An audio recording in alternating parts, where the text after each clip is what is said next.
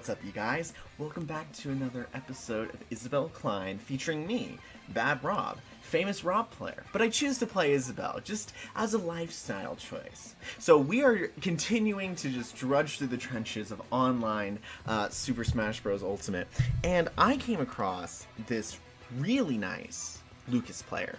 And so I'm going to show two games that I played with them. Really cool stuff. Just prefacing before we get in here, some really cool stuff from this Lucas. I feel like if you're trying to learn Lucas, I think this is a good player to watch to sort of see what they do, see how they have such a good grasp of movement. It's actually really inspiring. That's something that I want to get much better at, is just having better movement. And so watching this Lucas's play is really cool and interesting to see. And the end of this game is insane, and the next one is so tight as well. So be sure to check out the full video. Leave any comments down below about what you think about this game. If you have any advice for me or this Lucas player, or if you know this Lucas player, please give me their info. I'd love to play them again, because these were seriously some of the funnest matches I've played online in a good minute. Without further ado, though, let's go ahead and just, I don't know, do this thing. Alright. So I feel like it seems to me like up tilt actually isn't like, I mean, it's supposed to combo into itself, but he was able to get out of it. I don't know how he managed to do that. There was a lot of PK freezes and stuff out, well, every now and then, but he doesn't get too much off of it, in my opinion. So this is kind of going to be a recurring theme. Super stoked about this move. I could have done better on that jab lock, and I sort of just got it out of just like mix-up chance. But stoked about that moment. I'm getting a lot of mileage out of jumping on ledge jump fair. So right there, I mean, this is, I don't mean to pause, but this is gonna be a theme. I don't know why, but I don't pocket a single one of his projectiles in either of the two games that we play.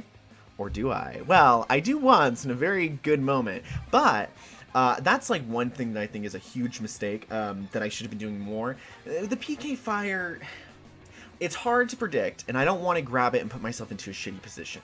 However, I have been working really hard on getting down the timing for jump reverse B, so I pull my momentum back. So, I mean, I can probably throw that out pretty safely in neutral, put myself up on a ledge. I can come down the ledge in fair or something like that. So I think that I can at least try more. I just chose not to a lot. But I mean, when I'm off the stage and he does PK Thunder, I mean, just grab the damn thing. Anyways, so let's go ahead and keep going. And then yeah, he gets me with that edge guard situation.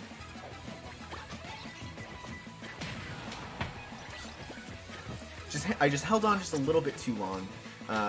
But that doesn't happen to me again. I learned my lesson from that one. Right there, trying to turn this thing around, so I try to get that spike. And then I fast fall, trying to pocket the projectile, and now I'm at a huge deficit. I mean, like, what do you say about this? Like, this looks like it's a no-go, right? Well, check this out. So basically, right now, this is the moment where I'm like, okay, you gotta play safe, you gotta make this happen. I don't feel too worried about throwing out Rod. I use a lot of Rod in these two games, because this Lucas just doesn't do a very good job of punishing it. I mean, the most that they got off of me there was just like an air, a Zaire, and I mean, it did 6 damage and pushed me away, so I mean, like, it's not that big of a deal. Like, I get punished way harder for other things. And then right there, I finally get that good Rod catch, and I'm able to secure that kill. So right here, right there, that was literally the perfect setup for a wobble. What I should have done is, when they're at low percentages, fishing rod down air, or down throw, down fishing rod or whatever, onto platform, that is, and if they don't tech, that's, even if they do tech even, that's easily a nair into wobble. I just don't know how to do it, and right in that moment, I didn't think they were going to land on platform like that, but that's just a good lesson in, when they're at low percents, if I get them on a platform like that, I mean, what I could have done at the very least is I could have gotten up there nair, maybe do a jab, do a jab lock into like an up tilt, or like not an up tilt, an up smash or something like that. Like, I could have done something that would have been better than just kind of a useless up air that didn't even hit them. But this is a really great situation right here, though. I do a great job of juggling. I've been working really hard on using more up air too, so So I get a lot of mileage off of that regardless, and I'm even able to get the fishing rod afterwards. And so for me, this game's not feeling as hopeless as it was. Right there, trying to do the same thing. It's jab, jab. It's just the timing can be just so difficult. And then right there, he just messes up the spacing, so I don't feel too scared. I really try to get that attack, try to get something off right there. I figure he's probably going to roll into me, so I'm going to stand my ground, cover a few options, and just try to go for a down smash. I managed to get it. It's a shame that doesn't have as much killing potential as I would like. So in that situation, if I positioned a little bit closer, he was screwed pretty much no matter what. If you miss that tech, and if I space out the fishing rod, there's nowhere you can go. I mean, I think the best thing you can do is just do like a get-up attack, but I can still, if I'm careful, I can still read that out. So right there, that should have been a jab lock situation, but that's okay. I mean, it's not the most important thing in the world, but that could have been a really good jab lock onto the platform. That was just a misinput. And I probably could have done a reverse up tilt, but I just still have such a hard time getting it. I don't want to blow it.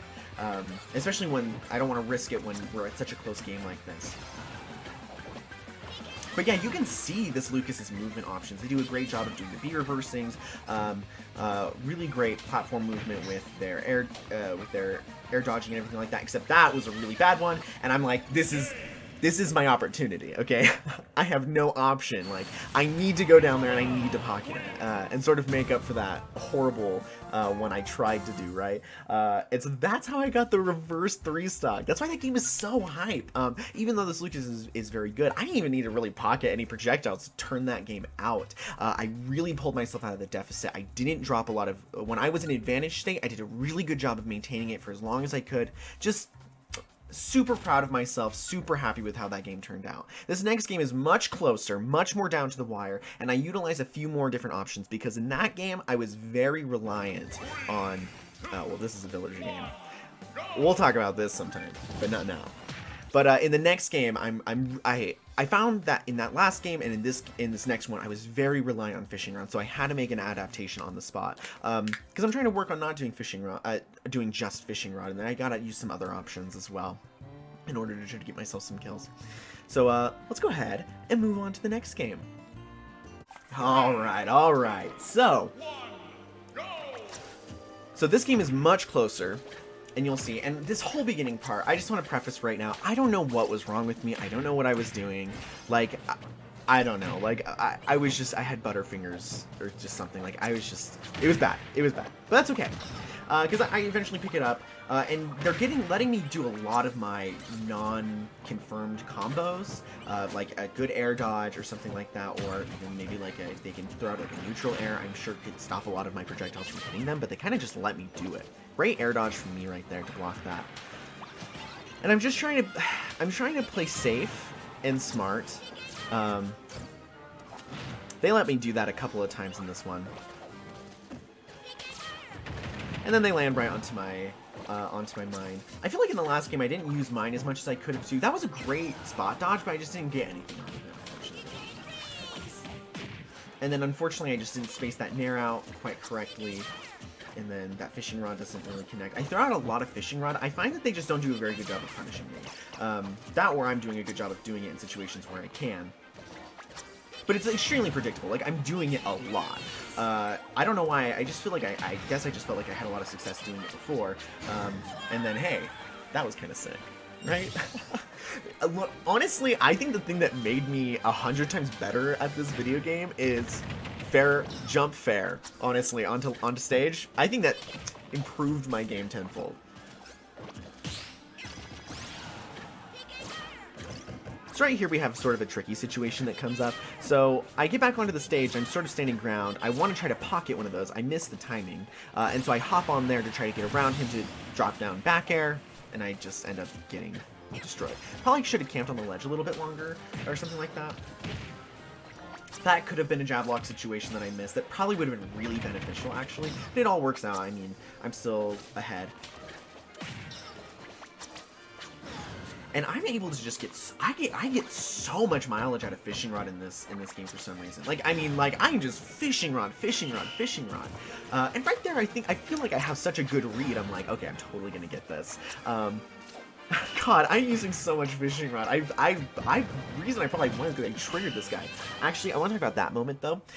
So when I was hitting with jab, the goal was to push him onto mine. Hopefully, it would catch him. It would catch him, and then I could get him. So he still had the shield up, so the Lloyd didn't catch him. But what I should have done is, because he has to hold it or else he's going to get picked up by the Lloyd, if I would have up smashed right there, that would have been a shield break and this stock would have been over. So that was something that, rewatching this game, I feel like that I could have done right there. It's extremely niche, and I mean, like, you're not going to get like a ton of use out of it, but that's just a situation where good reaction and good thinking can really help you out right there. Is, you know, they're shielding on Lloyd, their shield's already really low. Proc that Lloyd, up smash, and you'll probably get the shield break, I think. Or at least, shield poke, which is okay too, I guess.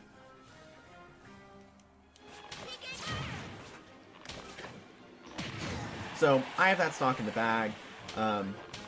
Just trying to get him to recover low so I can do things like that. I don't want him recovering onto the stage, so as much as I can discourage him from doing it, that the better. He has such a hard time with my Lloyds. I should have been doing better. Right there, I tried to get that jab lock. And, like, see, I mean, like, I throw out the fishing rod, and the best thing that he does is a Zair on me. I mean, like, I'll take, and then there's not really a follow-up that comes after that. Maybe if they could do Zair, that whole, the double jump Zair cancel, maybe then that could be good. But, I mean, I just don't get punished for using rod as much as I do, which is what I feel like influenced me to do it as much as I could. Right there, we get into that similar situation. I stun his vertical recovery, able to just... Oh, it feels so good. Oh my gosh. Insane. Like, I just would be so frustrated. Like, what do you do? And that's the second time I've caught him on that, too, where he tries to recover to that higher ledge, and then I'm able to get him. I could have set up that situation a little bit better, for sure. Could have pocketed that.